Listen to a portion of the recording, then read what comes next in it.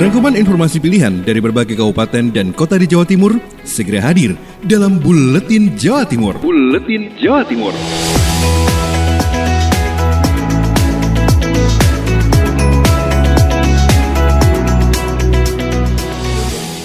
Hai sahabat, apa kabar? Kembali akan kita ikuti informasi-informasi teraktual dari beberapa kabupaten kota yang ada di Jawa Timur. Dalam Buletin Jawa Timur edisi Rabu 16 September 2020 bersama saya Renata Surya.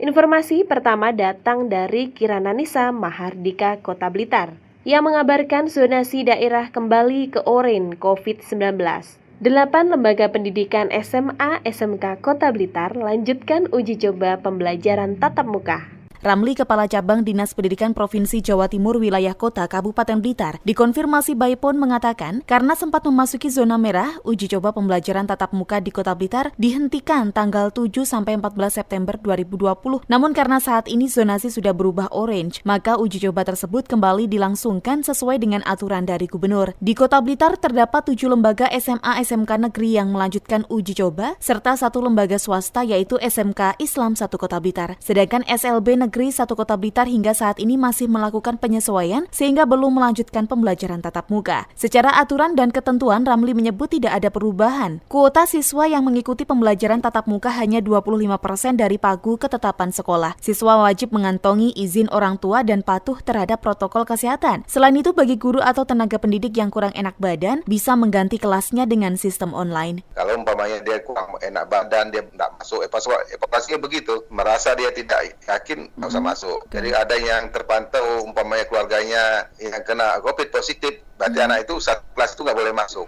Disinggung mengenai batas pelaksanaan uji coba, Ramli menegaskan tidak ada batasan. Pelaksanaannya hanya menyesuaikan zonasi daerah. Jika sewaktu-waktu berubah ke merah, maka uji coba langsung dihentikan. Kirana Nisa, Mahardika FM. Selanjutnya ada Bobi Wijayanto, Suara Lumajang. Polres Lumajang menggelar operasi justisi penegakan disiplin protokol kesehatan. Semakin meningkatnya angka jumlah pasien yang terkonfirm COVID-19 di Kabupaten Lumajang saat ini, Polres Lumajang menggelar operasi terkait penertiban protokol kesehatan kepada masyarakat. Kompol Hendri Sulistiawan, Wakapolres Lumajang, saat dimintai keterangan Senin kemarin menjelaskan bahwa pihak Polres Lumajang akan terus berusaha melakukan dalam penanganan pencegahan COVID-19 di Kabupaten Lumajang. Guna menindaklanjuti hal tersebut, pihaknya bersama jajaran TNI dan Satpol PP Lumajang akan menggelar operasi justisi penegakan disiplin protokol kesehatan yang akan dilaksanakan di beberapa titik di wilayah Lumajang. Jajaran kepolisian, baik TNI dan mungkin dibantu Satpol PP akan menggelar operasi justisi terkait protokol kesehatan atau COVID-19 ini.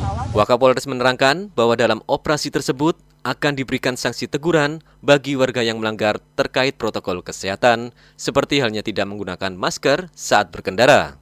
Dirinya berharap kepada masyarakat Lumajang untuk terus mematuhi protokol kesehatan, karena dengan melakukan secara disiplin bisa memutus mata rantai COVID-19. Bobi Wijayanto, Suara Lumajang FM, mengabarkan.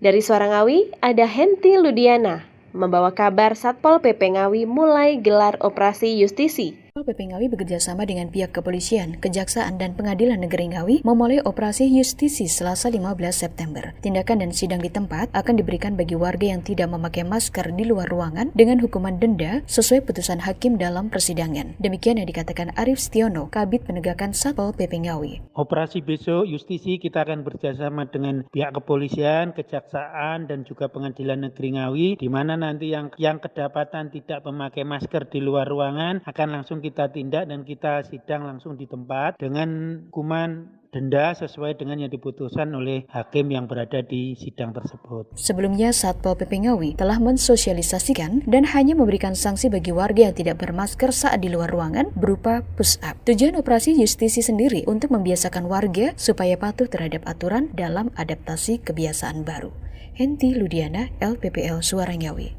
Selanjutnya ada Billy Patopoy, Suara Sidoarjo. Pemerintah Kabupaten Sidoarjo mulai berlakukan sanksi administratif pada pelanggar protokol kesehatan. Sahabat, pemerintah Kabupaten Sidoarjo menerapkan sanksi tegas bagi pelanggar protokol kesehatan pencegahan penyebaran COVID-19. Sanksi berupa denda Rp150.000 atau kurungan penjara selama 3 hari ditujukan untuk yang kedapatan tidak memakai masker. Seperti terlihat dalam penindakan yang dilakukan kepada para pengendara di depan pos Polantas Waru Senin pagi 14 September. Dalam operasi ini petugas dari kepolisian maupun Satpol PP akan menghentikan pengendara yang tidak memakai masker. Selanjutnya akan dilakukan sidang di tempat. Ahmad Zaini, PLH Bupati Sidoarjo, saat ditemui di lokasi menjelaskan operasi masker yang dilakukan kali ini menindaklanjuti Perda Provinsi Jawa Timur nomor 2 tahun 2020.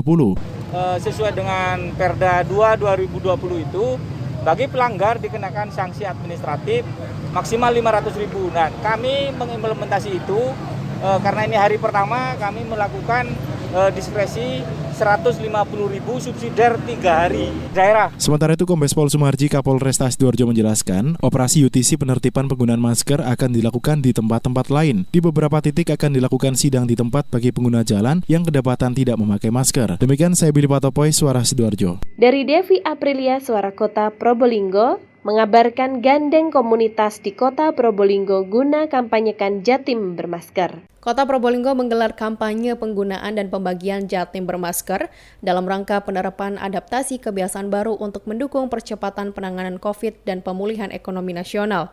Kampanye yang diinisiasi Polres Probolinggo Kota ini dengan melibatkan berbagai komunitas dan dilaksanakan di halaman kantor Kesyah Bandaran dan Otoritas Pelabuhan KSOP kelas 4 Kota Probolinggo. Sebelum menandatangani pernyataan, anggota KSOP membacakan fakta integritas diikuti seluruh yang hadir.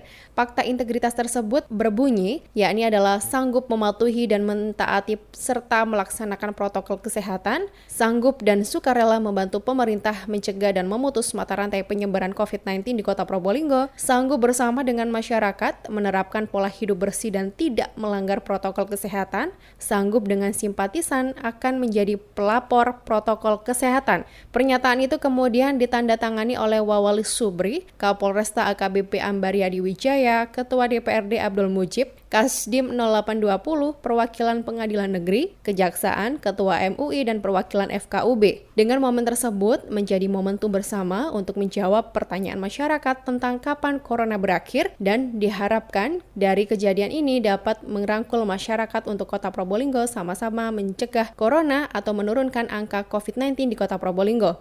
Devi Aprilia, Suara Kota Probolinggo. Dari Alfian Firdaus, Blambangan FM mengabarkan jumlah daftar pemilih sementara pilihan Bupati dan Wakil Bupati Banyuwangi sebanyak 1,3 juta pemilih lebih. Jumlah daftar pemilih sementara DPS pada pemilihan Bupati dan Wakil Bupati di Kabupaten Banyuwangi tahun 2020 ini mencapai 1.390.839 pemilih dari 3.745 TPS. Dari jumlah tersebut terdiri dari pemilih laki-laki kurang lebih sebanyak 648.000 dan pemilih perempuan sebanyak 661.000. Untuk DPS terbanyak berada di Kecamatan Muncar. Jumlah daftar pemilih sementara tersebut telah ditetapkan oleh KPU Banyuwangi dalam rapat pleno penetapan DPS di Hotel Aston, Senin 14 September 2020. Dalam rapat pleno tahapan penetapan DPS ini, selain dihadiri PPK se-Kabupaten Banyuwangi, juga diikuti partai politik peserta pemilu di Banyuwangi. Ketua KPU Banyuwangi Dwi Anggraini mengatakan, daftar pemilih sementara yang telah ditetapkan nantinya masih bisa mengalami perubahan hingga ditetapkan menjadi daftar pemilih tetap. Sebab dalam tahapan menuju daftar pemilih tetap dimungkinkan ada pemilih yang meninggal dunia, pindah alamat atau karena faktor lainnya. Sementara itu, Divisi Data dan Informasi KPU Banyuwangi Eko Sumanto mengatakan setelah melakukan penetapan DPS, KPU akan melakukan tahapan berikutnya, yakni tahapan memasukkan tanggapan masyarakat pada tanggal 19 hingga 28 September 2020. Data tersebut nantinya akan dipasang di balai kelurahan atau desa, sehingga warga dapat melihat apakah sudah masuk atau belum. Bagi yang belum masuk ke dalam daftar pemilih sementara, nantinya bisa diakomodir sebagai pemilih dalam tahapan tersebut. Alfian Firdaus melaporkan. Dari Ninda Alivia, Persada FM, pembangunan infrastruktur lingkungan di Kabupaten Blitar mendapat tambahan anggaran senilai 11 miliar dari perubahan APBD 2020. Kepala Dinas Perumahan dan Kawasan Pemukiman Kabupaten Blitar Agus Santosa mengatakan pada perubahan APBD 2020, pihaknya mendapatkan tambahan anggaran mencapai 11 miliar rupiah. Tambahan anggaran itu akan digunakan untuk pembangunan infrastruktur lingkungan seperti jalan lingkungan serta drainase. Dijelaskannya dari 28 kelurahan yang ada di Kabupaten Blitar akan disurvei terlebih dahulu, kemudian didata lokasi yang diprioritaskan untuk dibangun. Dengan waktu tersisa sekitar 3 bulan, ia optimis pembangunan jalan ataupun drainase bisa tuntas, sebab perencanaan dan pelaksanaannya tidak membutuhkan waktu yang lama. Harapannya dengan adanya pembangunan infrastruktur tersebut semakin memberikan kenyamanan bagi masyarakat, sebab jika jalan kondisinya bagus memudahkan masyarakat dalam menjalankan aktivitas. Demikian juga adanya drainase juga bisa mencegah terjadinya banjir. APBD 2020 kita juga mendapat tambahan anggaran sekitar 11 M yang akan kita gunakan untuk infrastruktur lingkungan. Infrastruktur lingkungan apa? Jalan lingkungan dan drainase. Agus menambahkan sebenarnya ada usulan pembangunan saluran air bersih, namun prosesnya berat karena berbeda dengan jalan dan drainase, sebab membutuhkan waktu yang lama karena harus dibuat sedemikian rupa hingga air bisa mengalir. Perencanaan dan pelaksanaan harus matang, sehingga dengan waktu tersisa 3 bulan akan sulit dicapai. Ninda Alivia, Radio Persada FM Blitar. Selanjutnya ada Putri Rizkiana, LPPL Suara Gresik, dikhawatirkan merusak biota laut, warga Bawan menolak penambangan pasir. Warga Pulau Bawean kompak menolak penambangan pasir di perairan laut Bawean, sebab dikhawatirkan akan merusak lingkungan khususnya biota laut. Seperti yang disampaikan anggota DPRD Kabupaten Gresik, Musa mengatakan bahwa sebagai wakil rakyat, sangat tidak setuju ada penambangan pasir laut di Pulau Bawean, sebab secara jangka panjang akan merusak lingkungan dan biota laut. Menurut Musa, dampak lingkungan tidak dirasakan secara langsung saat ini, namun akan dirasakan oleh anak cucu warga Pulau Bawean di masa mendatang. Sehingga rencana pemerintah Provinsi Jawa Timur memberikan izin penambangan pasir laut harus dibatalkan. Menurut Musa, masyarakat Pulau Bawean juga sudah menggelar rapat bersama Muspika dan hasilnya warga tidak setuju ada penambangan pasir laut di Pulau Bawean. Hal yang sama juga disampaikan salah seorang warga Pulau Bawean, Multaza, mengatakan bahwa hasil rapat bersama Muspika dan para tokoh masyarakat sangat keberatan adanya penambangan pasir laut. Sebab pariwisata di Pulau Bawean sudah terkenal hingga mancanegara karena keindahan alam dan lautnya. Harapannya konservasi yang sudah dilakukan oleh masyarakat Pulau Bawean agar tidak dirusak akibat penambangan pasir laut. Saya Putri Rizkiana, Suara Gresik, mengabarkan untuk Buletin Jawa Timur. Dari Khuswatun Anissa, Pradya Suara Tuban, mengabarkan permintaan dropping air bersih tergantung desa masing-masing. Bulan September 2020, Kabupaten Tuban telah memasuki puncak musim kemarau. Beberapa kecamatan juga telah mengalami kekeringan. Atas hal tersebut, BPBD Tuban siap mendistribusikan air bersih ke seluruh wilayah yang mengalami kekeringan. Kaleksa BPBD Tuban Yudi Irwanto mengatakan, dropping air tergantung permintaan dari desa. Meski begitu, pihaknya telah mengantongi beberapa titik yang menjadi langganan kekeringan tiap tahunnya. BPBD pun juga siap untuk mendistribusikan air sesuai permintaan. Jadi kalau kita titik-titik yang membutuhkan air bersih itu kan sudah ada, Mbak. Cuma kita nunggu dari BMKG. Ini kebetulan ada BMKG ini di sini nih. Cuma kan kita itu dasarnya satu, pengiriman kekeringan itu instruksi surat dari BMKG. Yang kedua dari desa, Mbak, kepala desa, pemerintah desa yang membutuhkan air. Yudi menambahkan, hingga saat ini baru Desa Semanding yang mengajukan permintaan dropping air bersih akibat kekeringan. Kuswatun Anissa, Pradya Suara Tuban untuk Buletin Jawa Timur. Selanjutnya ada Sofia Latif, Suara Pasuruan, membawa kabar Bangil 1926 Mancal bareng peringati 1 Muharram 1442 Hijriah dan hari jadi Kabupaten Pasuruan ke-1091. Bupati Pasuruan HM Irsad Yusuf bersama Wakil Bupati Kiai Haji Abdul Mujib Imron Gowes Bangil 1926 Minggu pagi 13 September 2020. Ketua Panitia Sudiono Fauzan bilang kegiatan Bangil 1926 singkatan dari Mancal Bareng NU Bangil, sedangkan 1926 sendiri merupakan tahun berdirinya Nahdlatul Ulama di Indonesia. Selama Gowes berlangsung, para peserta diwajibkan mengikuti rute yang medannya terus menanjak meski jarak tempuhnya hanya 4 km. Sementara itu dalam sambutannya Bupati menegaskan dengan kegiatan Bangil 1926 para peserta bisa termotivasi untuk sering menjaga kesehatan dengan berolahraga. Oleh karenanya Bupati mengajak seluruh peserta Bangil 1926 untuk mensosialisasikan pentingnya 5M sebagai cara untuk menghindarkan diri dari penyebaran virus corona seperti memakai masker, mencuci tangan dengan sabun dan air mengalir, menjaga jarak aman, meningkatkan imun tubuh, dan memperbanyak doa kepada Allah Subhanahu wa Ta'ala. Sofia Latif, Suara Pasuruan. Selanjutnya ada Agustin Merdekawati Ersal Nganjuk, puluhan hektar padi diserang tikus. Petani padi di Desa Sambi Kerep dan Desa Kedung Rejo, Kecamatan Tanjung Anom harus bekerja lebih keras. Di musim tanam yang ketiga di tahun 2020, tanaman mereka diserang hama tikus dan sundep. Total ada puluhan hektar lahan yang terkena hama. Mariono, 61 tahun, petani Desa Kedung Rejo, Tanjung Anom, mengatakan serangan hama tikus pada tanaman padi terjadi selama 1 bulan terakhir dan mereka harus memasang plastik keliling untuk mencegah tikus masuk. Meski sudah memasang plastik di sekeliling tanaman padinya, ternyata hewan pengerat tetap saja bisa masuk. Menghadapi hal tersebut, Mariono juga pernah memberi umpan yang diberi racun, namun umpannya berupa padi, jagung, dan umpan lainnya tidak dimakan. Setelah beberapa cara tidak membuahkan hasil, Mariono dan petani lain memilih untuk memburu dengan senapan. Kepala Dinas Pertanian Yudi Ernanto mengatakan pihaknya akan melakukan gerakan untuk pengendalian bersama petugas penyuluh lapangan dan kelompok tani. Pengendalian hama secara serentak menurutnya akan efektif. Dari Agustin Merdekawati, Suara Anjuk Ladang Anjuk.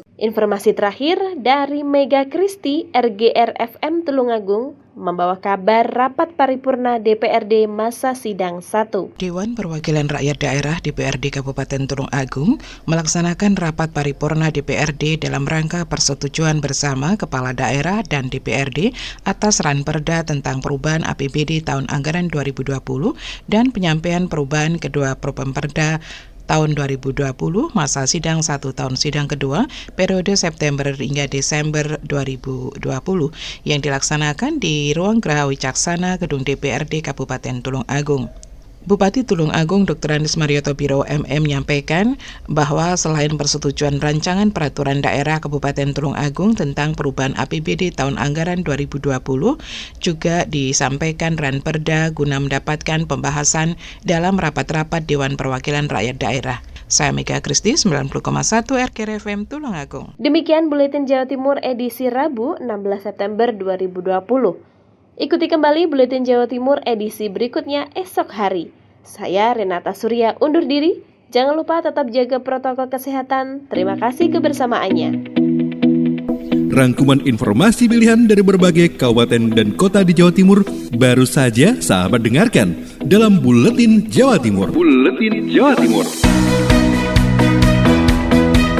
Buletin Jawa Timur bisa sahabat dengarkan Senin sampai Jumat jam 8 pagi dan 4 sore. Disiarkan serentak di Lembaga Penyiaran Publik Lokal Suara Sidoarjo, Persada Kabupaten Blitar, Mardika Kota Blitar, Ralita Pamekasan, Suara Sampang, Suara Kota Probolinggo, Suara Lumajang, Suara Pasuruan, Blambangan Banyuwangi, Wika Mojokerto, Suara Gresik, Pradia, Suara Tuban, Malawapati Bojonegoro, Ersal Nganjuk, Suara Madiun, Suara Ngawi, Suara Pacitan, Praja Angkasa Trenggalek, Magetan Indah, dan RGR Tulungagung. Persembahan dari Asosiasi Lembaga Penyiaran Publik Lokal Jawa Timur.